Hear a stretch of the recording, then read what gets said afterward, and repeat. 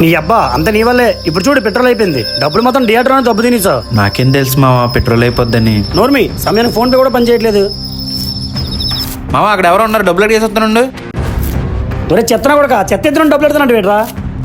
అన్నా బండిలో పెట్రోల్ అయిపోయింది, సమయానికి చేతిలో డబ్బులు కూడా లేవు. మీరు 100 రూపాయలు ఇస్తే రేపు పొద్దునే ఫోన్ పే చేస్తాను.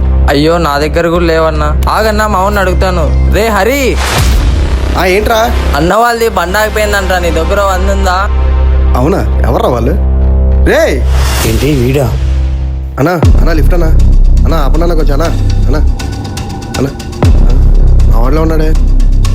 అమ్మో వీడా? అరే మావా రే రే మావా ఆపరా. ఏంట్రా మావా చూసుకుని వెళ్ళిపోతున్నాం పద. రే దిగు. ఏంట్రా స్మెల్? అదే నైట్ అంతా పని చేసి వచ్చాను కదరా, దాని స్మెల్ అయ్యి ఉంటుంది. రే ఇప్పుడు కానీ నిన్ను నా బండి మీద చూసారనుకో, నువ్వు నేను కలిపి ఆ చెత్త పని చేస్తున్నావు అనుకుంటారు. నువ్వు వెళ్ళి వేరే బండి చూసుకో. అరే మావా రే అది కాదురా. అరే మావా నువ్వా? వాడు నా ఫ్రెండేరా, ఇదిగోండి అన్నా.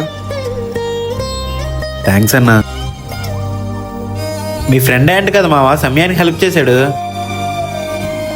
అరే మావా ఏంట్రా ఆలోచిస్తున్నావు? స్మెల్ వస్తుందనా? స్మెల్ నా దగ్గర వస్తుందిరా, దానికి రాదు. ఎందుకంటే అది డబ్బు ఎవరిదారన్నా ఒకలాగే ఉంటుంది. జాగ్రత్తగా కావాలండి.